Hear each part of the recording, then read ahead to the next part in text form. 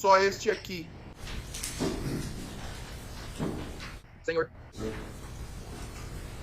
Senhoras e senhores do júri, bom dia. Olá, meu nome é Jack Swarling. Nos encontramos brevemente ontem, quando estávamos fazendo a seleção do júri.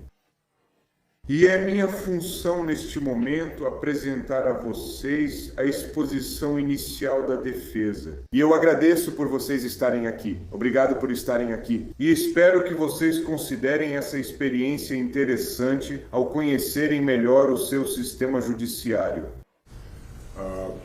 Vocês sabem, nós passamos... Deixe-me voltar um pouco. Meu bom amigo, o promotor, acabou de fazer uma declaração de abertura excelente. Mas uma coisa que eu não ouvi e uma coisa que eu não acredito que vocês ouvirão durante o decorrer deste julgamento é o porquê. Um garoto de 14 anos estaria ilegalmente portando uma pistola semiautomática. Perambulando pelas ruas com essa pistola, com um laser acoplado a essa pistola. Um laser para garantir uma melhor precisão quando você disparar a arma. Uma pistola semiautomática que estava carregada, o carregador estava cheio e havia uma bala na câmara. Ela estava ilegalmente em posse desse jovem.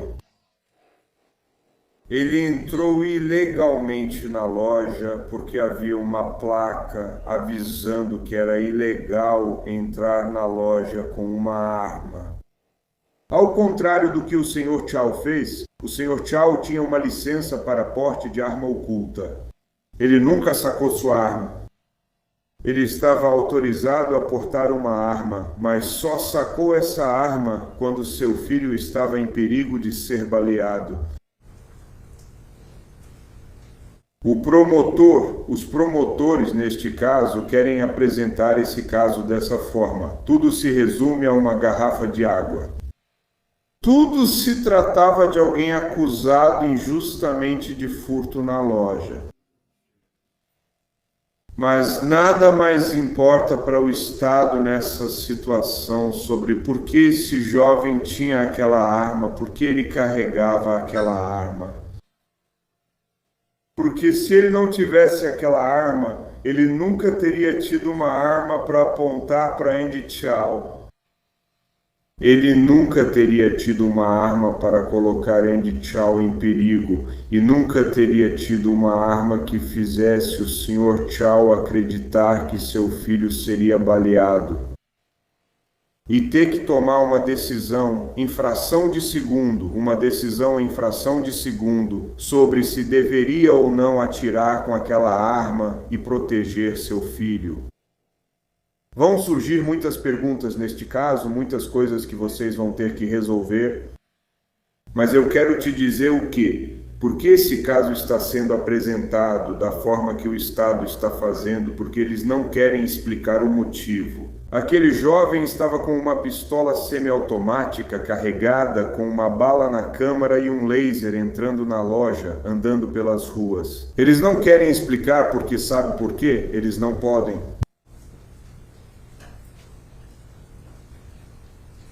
Ontem participamos da seleção do júri, que é cuidadosamente elaborado para garantir que 12 pessoas que ao final vão decidir este caso, 12 pessoas do condado de Richland, que são justas e imparciais, que não têm opiniões preconcebidas, que vieram aqui sob juramento e disseram: posso ter ouvido falar do caso, mas não formei uma opinião sobre ele. Estou disposto a ouvir as provas e a lei que o juiz me apresentar e decidir este caso de forma justa, correta e honesta.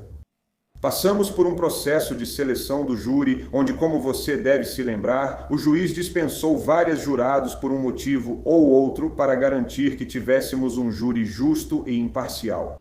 O Estado dispensou testemunhas porque os advogados de ambos os lados têm o direito de fazer impugnações aos jurados ou recusas imotivadas. Eles têm objeções que podemos exercer por qualquer motivo. No entanto, o que importa é que tanto o juiz quanto o Estado e a defesa acreditam nisso. Agora temos os jurados 12, 13, 14 e 15, que são os jurados mais justos e imparciais que podem julgar este caso e decidir se Rick Chow é culpado de assassinato, independentemente de ele ter ou não a intenção de matar esse jovem, e ele fez isso com maldade, um coração maligno, uma mente perversa. Isso é maldade, o juiz vai explicar o que significa. E vocês terão que decidir se o Estado provou ou não esse caso, além de qualquer dúvida razoável. Então estamos satisfeitos, estamos contentes por termos o melhor. Jurados que poderiam vir do condado de Richland para decidir esse caso, e temos fé em vocês. Rick Chow se declarou não culpado dessa acusação. Isso impõe ao Estado o dever de provar sem deixar dúvidas razoáveis. Agora, eu só quero abordar algumas questões legais, alguns princípios legais com você. Uma delas é que enquanto ele está sentado ali agora, e durante todo o curso deste julgamento, do começo ao fim, presume-se sua inocência. Isso não é apenas uma ficção legal. Isso não é só algo que você ouve na TV em Law and Order, ou em algum outro desses grandes programas policiais, ou sobre a polícia na televisão. A presunção de inocência é a base do nosso sistema judicial. Todo acusado de um crime é presumido inocente, até que o Estado prove a culpa além de qualquer dúvida razoável. Essa presunção de inocência é tão forte em nossa lei que vocês devem considerar e presumir o Sr. Chow inocente até que, ao final do caso, depois que vocês ouvirem todas as provas, depois que ouvirem as instruções do juiz sobre a lei, vocês vão para a sala do júri. E 12 de vocês concordam, 12, unanimemente concordam,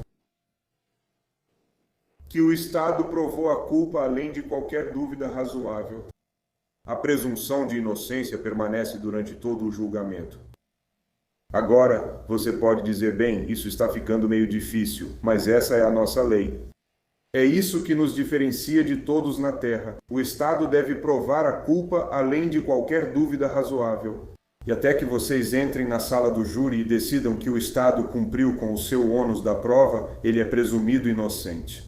Provar além de qualquer dúvida razoável não significa qualquer dúvida.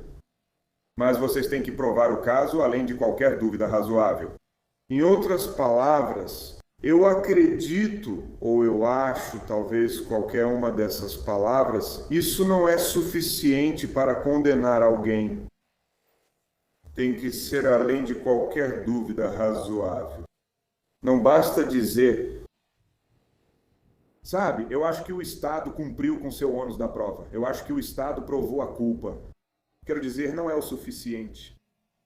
Está além de qualquer dúvida razoável. E a dúvida razoável pode vir das provas ou da falta de provas. De qualquer forma, vocês são os que determinam se o Estado cumpriu ou não com o seu ônus da prova, provando o caso além de qualquer dúvida razoável. Vocês são os que aplicam a presunção de inocência. Não o juiz, não os advogados, não as partes, mas vocês. O Estado também tem o ônus de refutar a legítima defesa. E este é um aspecto ou uma questão colateral à legítima defesa, se alguém tem ou não o direito de exercer a legítima defesa e tirar a vida de outro ser humano. A legítima defesa é talvez o princípio mais antigo da humanidade.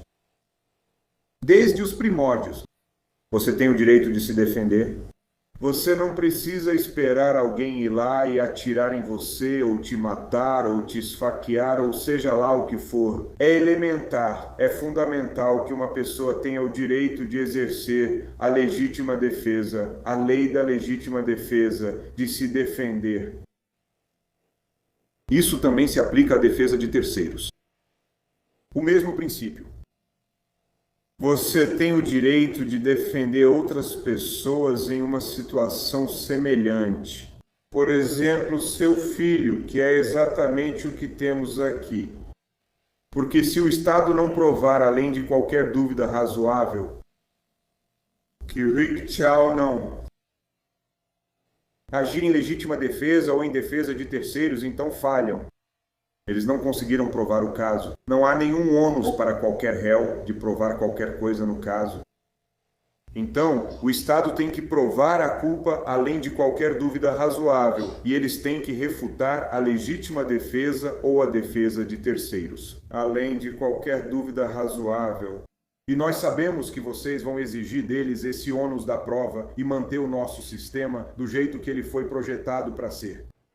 Que um júri fica entre o Estado ou o governo federal e os cidadãos de um condado ou de uma região e decide os casos de forma justa e imparcial. E que nenhuma pessoa jamais seja responsabilizada por um crime quando o Estado não cumpriu com seu ônus da prova. O juiz vai descrever para vocês qual é a definição de assassinato. Eu disse que é com intenção maliciosa premeditada. É isso que os padrões da Carolina do Sul estabelecem. Assassinato envolve malícia premeditada. Você mata alguém com malícia e premeditação. Esse coração maligno, uma mente perversa. Ou o assassinato também exige, como o juiz vai lhes dizer, uma intenção criminosa. É necessário ter intenção criminosa para ser culpado de um crime. Você precisava ter a intenção de cometer o crime, e o juiz vai explicar isso para vocês ao final do caso também.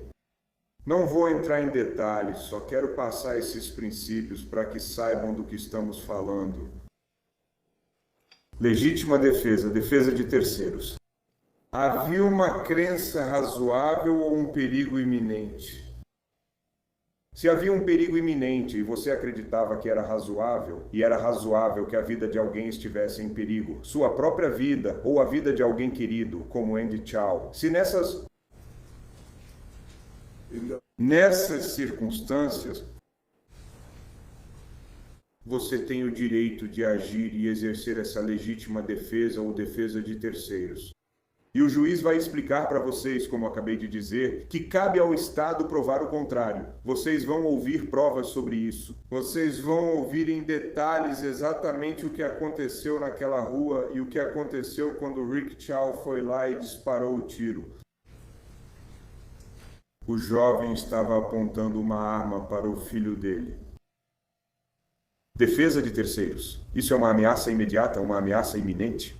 É razoável acreditar que seu filho está em perigo de sofrer lesão corporal grave ou morte? Eu afirmo para vocês que não vai haver nenhuma dúvida sobre se era razoável ou se era iminente, ou se era razoável acreditar que era iminente. E você está, pela lei, desde o início dos tempos, autorizado a agir e tomar. Infelizmente, ninguém está dizendo que todo mundo está feliz com isso. Mas, infelizmente, há ocasiões na vida humana em que alguém precisa exercer esse direito de legítima defesa ou defesa de terceiros e outra vida se perde. É triste, é trágico, não há dúvida quanto a isso. Meu coração está com a família. Eles sofreram uma perda tremenda. Não quero que pense nem por um minuto que tratamos isso com leveza. Essa foi uma situação terrível que aconteceu, e aquele jovem não está mais entre nós. Mas existem questões legais diante de vocês que precisam ser decididas antes de qualquer determinação sobre culpa. E nós afirmamos, eu afirmo para vocês agora, que o Estado não irá e não pode cumprir com o seu ônus da prova. Provar a culpa além de qualquer dúvida razoável. Provar assassinato, malícia premeditada além de qualquer dúvida razoável. Intenção criminosa além de qualquer dúvida razoável. Ou refutar a legítima defesa de terceiros, como o juiz irá explicar para vocês. Como vocês decidem isso? Vocês vão ouvir as provas. Vocês vão ouvir do juiz a explicação da lei e vão tomar sua decisão com base nessas provas que ouvirem e na lei que o juiz apresentar ao final do caso. Não existe nenhum curso. Não temos nenhuma aula sobre como proceder e determinar isso. Mas vou te dizer uma coisa: a dúvida razoável é algo que você usa e exerce todos os dias quando toma decisões importantes na sua vida. Devo estudar naquela escola? Devo comprar aquele carro? Devo comprar aquela casa?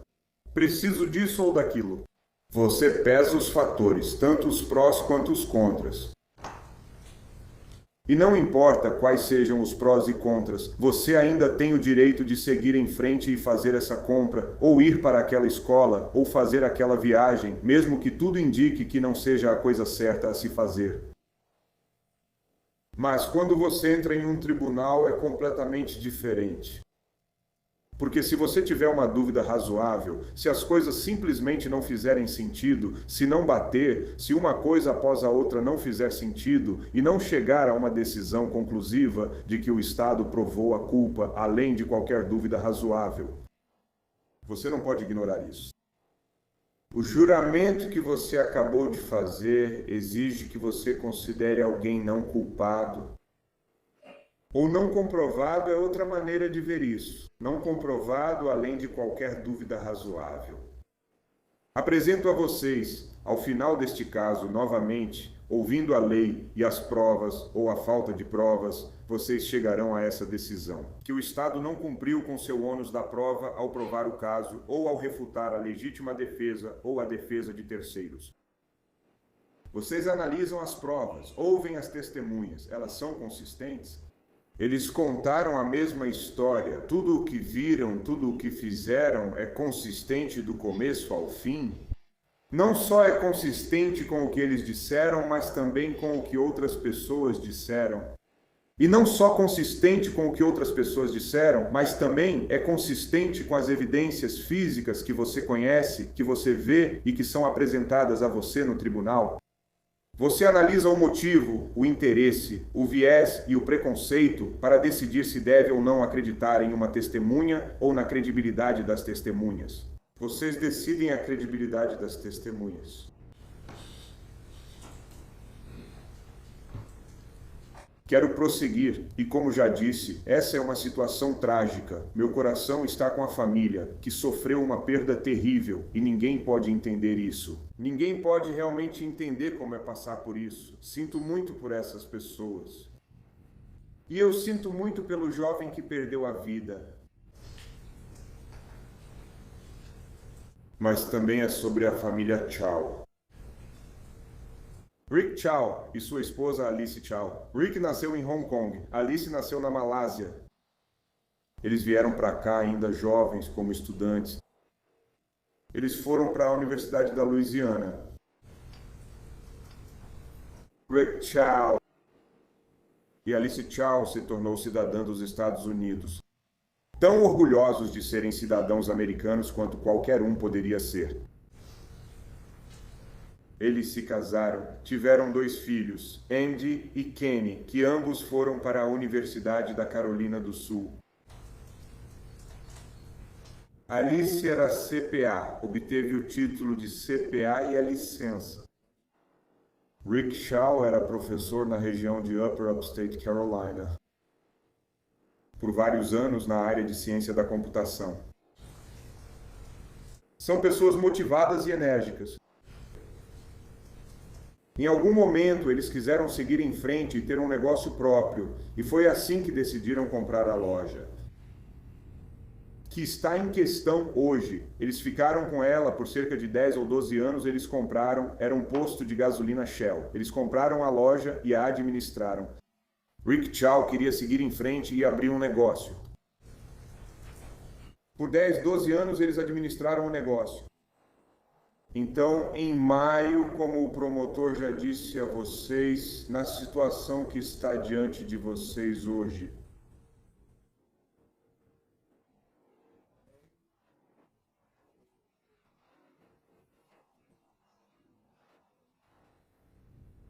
um jovem, Carmack Belton, entrou na loja deles. Quando ele entrou na loja, estava com uma mochila. Mochilas têm que ser colocadas no bebedouro. Isso vale para todo mundo. Eles não querem ninguém andando pela loja com mochila. Então todo mundo coloca no bebedouro. O Sr. Belton Carmack fez isso. colocou no bebedouro. Vocês vão descobrir. Vamos falar depois sobre o que tem nessa mochila. Mas o jovem entrou na loja, andou por toda a loja, não comprou nada, olhou diferentes mercadorias, não comprou nada. Foi até o bebedouro, estranhamente tirou 4 garrafas, uma de cada vez. Depois, de forma estranha, colocou-as de volta, uma de cada vez. Parecendo nervoso, com as mãos nos bolsos, olhou para Andy Chow, olhou para Alice Chow, que estava na área de vendas naquele momento. Ambos estavam na loja, de maneira nervosa. E eles suspeitavam que ele possivelmente tinha atirado em Williams. Agora, Esta é uma loja com milhares de itens de baixo valor, uma garrafa de água ou qualquer outro item na loja, provavelmente com muito pouco lucro. Então não se trata de saber se um item foi levado ou não, é o efeito cumulativo e as perdas que um dono de loja pode sofrer. Então eles têm o direito de ir lá e olhar para ver se alguém está levando alguma coisa. Quando o Sr. Belton estava saindo da loja, perguntaram a ele: "Você pegou alguma coisa?" Ele estava com as mãos nos bolsos e puxou a boca dos bolsos para fora. "Não, eu pareço estar com alguma coisa?" Ele foi questionado novamente e nesse momento foi até o bebedouro, pegou a mochila e então saiu da loja. Não houve confronto físico. Ninguém gritou com ele, mas houve um pedido, houve uma pergunta que ele respondeu. Mas Andy Chow ainda sentiu que havia algo no jeito que ele estava agindo na loja e queria pelo menos segui-lo para ver para onde ele estava indo. Assim poderiam relatar isso à polícia. Ele poderia relatar isso à polícia. Mas naquele momento, quando eles saíram da loja, Sr. Belton, Carmack Belton, começou a correr. Agora, ele viu algo que achou que Andy Chow viu também, e ele pensou que parecia pesado no moletom, nos bolsos do moletom dele. Isso pode ter sido algo que ele pegou como a água. Bem, agora nós sabemos que não era água, mas sim uma pistola semiautomática carregada com mira a laser nos bolsos. Então ele estava dizendo a verdade que viu algo pesado no bolso. A suspeita aumentou quando o jovem saiu correndo. Por que ele estava correndo? Por que você quer saber? Ele realmente aumentou a suspeita naquele momento ao correr. Ele correu tão rápido que perdeu um dos sapatos. Ele jogou os telefones no chão antes de sair do estacionamento. E ele simplesmente saiu correndo o mais rápido que pôde. Agora, é razoável acreditar que ele pode ter levado alguma coisa? Com certeza. É razoável ir atrás dele para ver para onde ele estava indo, em que direção, para poder informar a polícia? Com certeza. E ele não ia agarrá-lo, ele não ia segurá-lo, ele só queria ver para onde ele estava indo. Rick Chow tinha saído do escritório e viu seu filho do lado de fora, e o jovem também. E ele viu os dois saírem correndo. Rick Chow, o réu neste caso, correu atrás do seu filho e do Sr. Carmack Belton, porque ele estava tentando ver o que estava acontecendo com seu filho, proteger seu filho, garantir que seu filho estava bem. Ele não sabia o que estava acontecendo. Ele não teve nada a ver com a decisão na loja. Mas ele foi lá fora proteger e garantir o bem-estar do filho. É seu filho. O jovem desceu correndo pela rua, atravessou para o outro lado, correu pelo lado esquerdo da rua em direção ao conjunto de apartamentos. E em algum momento ele tropeçou e caiu. O Sr. Chow vinha atrás dele. Andy estava em algum lugar, e você vai ouvir o testemunho sobre isso, em algum lugar naquela área da rua. e na verdade um jovem machucou a perna e cortou a perna. Mas quando ele se levantou, e aliás ele também jogou sua mochila em um barranco lá embaixo. Por que essas coisas aumentam a suspeita? Com certeza. Isso realmente aumenta a suspeita de qualquer um. Mas quando ele subiu de volta, Andy Chow viu que ele estava com uma pistola na mão. Acabou sendo a pistola de 9mm que, com uma bala na câmara, estava carregada e tinha um laser acoplado a ela. Mas o laser foi encontrado na estrada, bem perto do local onde a cápsula ejeta da arma do Sr. Chow caiu. Agora, o Sr. Chow nunca sacou essa arma. O Estado quer falar sobre bem, você sabe. Ele fugiu de alguém que tinha uma pistola calibre 45 semiautomática. Como o jovem saberia disso? Ele nem viu. O Sr. Chow ficou com ela no coldre o tempo todo. Ele não tirou a arma do coldre até...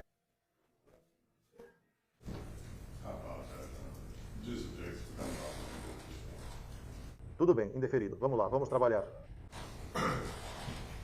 Ele não tirou a arma até que seu filho disse que o jovem estava armado. O jovem Andy, sendo também um jovem, quando viu a arma, começou a recuar assim, com as mãos para cima, recuando para a rua. Sr. Belton apontou a arma para Andy Chow. A criança disse para ele: "Larga isso." Essa foi boa. Andy gritou: "Ele está com uma arma." Ele está parado na rua. Sr. Chow está se aproximando, agora ele saca sua arma. Naquele momento, naquele segundo exato, naquele instante congelado no tempo, Rick Chow vê um jovem apontando uma pistola semiautomática para seu filho, que está recuando com as mãos para cima. E Rick Chow dispara sua arma para proteger seu filho. Sustentamos aos senhores que isso foi razoável. Havia uma impressão razoável de que seu filho poderia ser gravemente ferido ou morrer nas mãos de alguém que estava com uma arma apontada para ele. Essa era uma crença razoável. E ele disparou sua arma, conforme a lei, em defesa do filho. Como eu digo a vocês, qualquer pessoa neste tribunal. Agora vocês ouvirão depoimentos que são consistentes com isso. O que estou dizendo a vocês agora é consistente com o que foi dito neste caso pelas testemunhas. E vocês ouvirão depoimentos de várias pessoas e verão que essa versão do que acabei de lhes contar é compatível com eles. Não há dúvida de que essa arma pertencia a esse jovem. Não há dúvida de que esse jovem tinha aquele laser naquela arma. Na verdade, vocês verão provas. Afirmamos que seremos capazes de fundamentar nossa defesa de que ele estava nas redes sociais na noite anterior, vestindo as mesmas roupas, segurando a mesma arma com laser. Não há dúvida sobre isso. Vocês ficarão satisfeitos ao final deste caso quanto à direção em que todos estavam, onde cada um estava posicionado, e a direção onde o Sr. Chow estava quando disparou a arma, onde estava o filho dele e onde ficava o prédio do Sr. Carmike Cromer. Tudo isso, eu afirmo a vocês, será consistente. O Sr. Chow não teve nenhuma satisfação com o que aconteceu. Foi um caos. A adrenalina está a mil. Você consegue imaginar no que está pensando quando precisa ir lá e fazer isso? Agir para seguir em frente e, antes de tudo, ver seu filho com uma arma apontada para ele por um garoto de 14 anos e então ter que disparar a arma para proteger seu filho. O que estava passando pela cabeça dele, o que estava passando pelo coração dele, o que estava passando pela mente dele, não foi algo que ele fez porque queria. Ele fez isso porque estava tentando proteger o filho dele. Mas o Estado não fala sobre a arma. O Estado não oferece nenhuma explicação ou justificativa sobre por que aquele jovem sacou aquela arma e estava andando com aquela arma nas ruas de Columbia, Carolina do Sul. Sr. Shaw não simplesmente fugiu naquele momento. Ele prestou socorro. Ele ficou ali mesmo no local. Ele iniciou as compressões torácicas. Você ouvirá isso. O jovem estava regurgitando. Coisas terríveis, cena terrível. O Sr. Chow estava se abaixando, limpando a boca dele e fazendo respiração boca a boca. Você vai ouvir isso. Este é o homem que agiu com dolo. Este é o homem que agiu com intenção criminosa. Eu lhes afirmo agora. Este é um homem que ficou profundamente abalado com o que aconteceu, a ponto de fazer algumas coisas que eu me pergunto quantas pessoas fariam exatamente o que ele fez para tentar salvar esse jovem. E então outras pessoas chegaram. Mas Rick Chow ficou lá, fez compressões torácicas, tirou o vômito da boca do jovem com a própria boca para que ele pudesse continuar respirando. E então outras pessoas mais qualificadas puderam então tentar ajudar o jovem. Infelizmente ele morreu, infelizmente. O Sr. Chow ficou por perto. Ficou no local. Ele estava lá quando a polícia chegou. Relatou à polícia o ocorrido e fez uma breve descrição. Não foi interrogatório nem entrevista. Não foi algo completo, o que eu chamaria de uma entrevista feita pelas autoridades. Mas foram tiradas fotos de pessoas diferentes, Andy Chow, Rick Chow, algumas das pessoas que estavam ali por perto. Ele ficou lá o tempo todo, voltou para a loja e quando a polícia chegou à loja, ele mostrou aos policiais os vídeos que eles tinham. Ele estava cooperando 100%, fazendo tudo o que podia, não só para salvar a vida do jovem, mas também, ouça, para cooperar com a polícia. Tudo o que ele podia. A esposa dele estava fazendo a mesma coisa. O filho dele estava fazendo a mesma coisa. Essas não eram pessoas que sentiam qualquer tipo de alegria pelo que tinha acontecido. Eles estavam chateados. Terrível. Não tão ruim quanto, obviamente, os pais desse jovem. Nem chega perto desse nível. Mas ter feito isso, ter atirado em alguém e ver essa pessoa morrer, deve ser algo extremamente difícil de enfrentar. Quando, ao concordar, também entregaram às autoridades todas as fitas de vídeo que estavam na loja. Todos concordaram em ir até o departamento do xerife para mais entrevistas ao longo dos próximos dias, para dar um depoimento detalhado sobre o que aconteceu, passo a passo, palavra por palavra. Mas em menos de 15 horas antes que qualquer parte da investigação realmente tivesse se concentrado em entrevistas detalhadas, perícia, resultados dos laboratórios, seja de balística, DNA ou qualquer outra questão, em menos de 15 horas, quando o Sr. Chow foi chamado, ele foi orientado a se apresentar ao departamento do xerife e foi informado de que estava preso por assassinato. Foi esse o tempo que levou, 15 horas. Senhoras e senhores,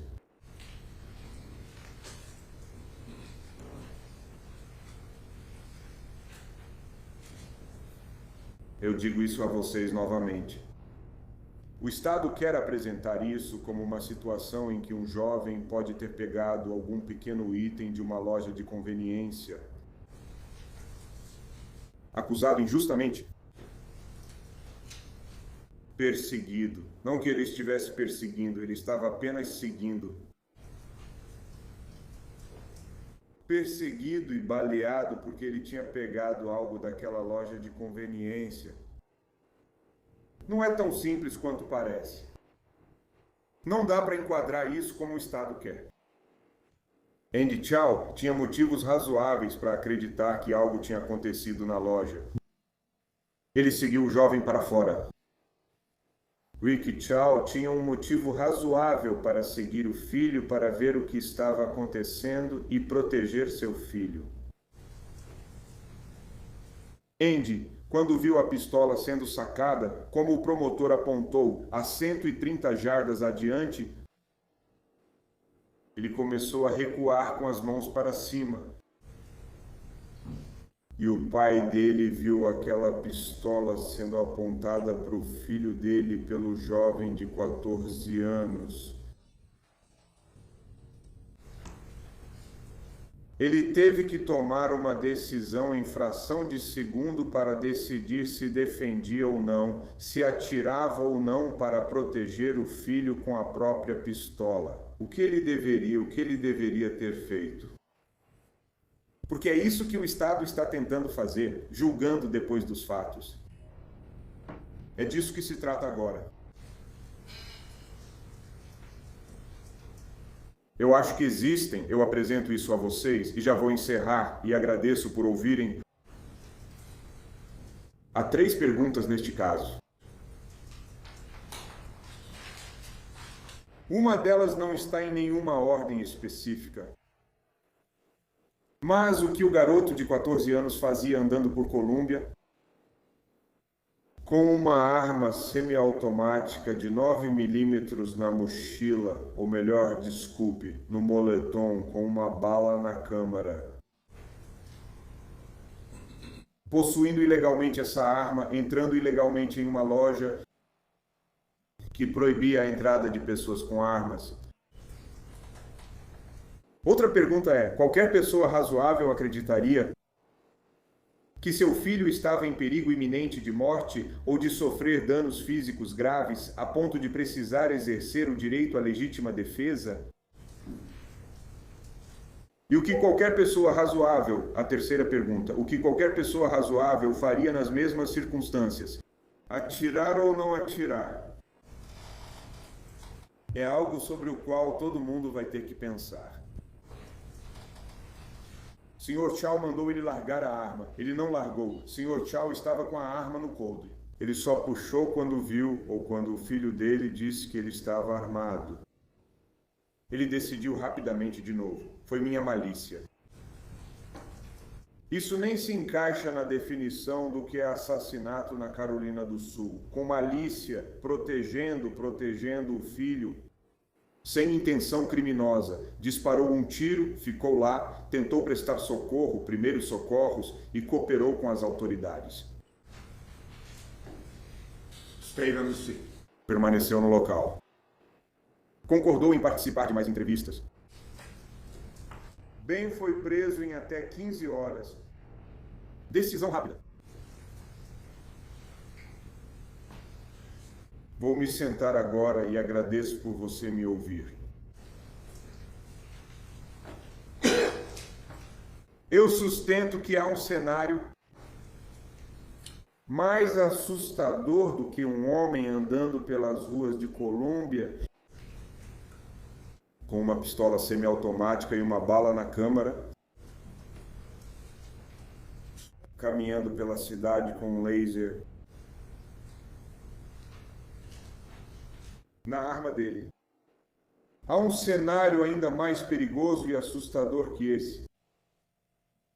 É um garoto de 14 anos, andando pela cidade, com uma pistola semiautomática carregada com munição na câmara e um laser na arma. Quão assustador é isso? Um adolescente de 14 anos não tem a educação, o treinamento, nem a experiência para tomar boas decisões, decisões com bom senso. Isso é mais assustador do que seria para qualquer pessoa naquela mesma situação. E foi isso que Rick Chow e Andy Chow enfrentaram naquele dia. Eu desafio o Estado, neste momento, a apresentar alguma justificativa ou racionalização quanto ao porquê. Esse jovem possuía ilegalmente uma pistola semiautomática com laser e entrou em uma loja com ela. Se os comerciantes sabiam disso ou não, isso não importa agora. Mas por quê? Você tem o direito de saber por quê. Ao final do caso, esperamos que vocês concluam que eles não cumpriram o ônus da prova ao demonstrar a culpa, além de qualquer dúvida razoável pelas evidências ou pela falta de evidências, e que eles não refutaram, além de qualquer dúvida razoável, que Rick Chow agiu para defender a vida do filho dele? E foi razoável porque era um perigo iminente de morte ou de lesão corporal grave para o filho dele, ou ele acreditava razoavelmente nisso? Obrigado. Obrigado, Sr. Laura. Ward. Certo, senhoras e senhores. Já estamos nisso há mais de uma hora e nós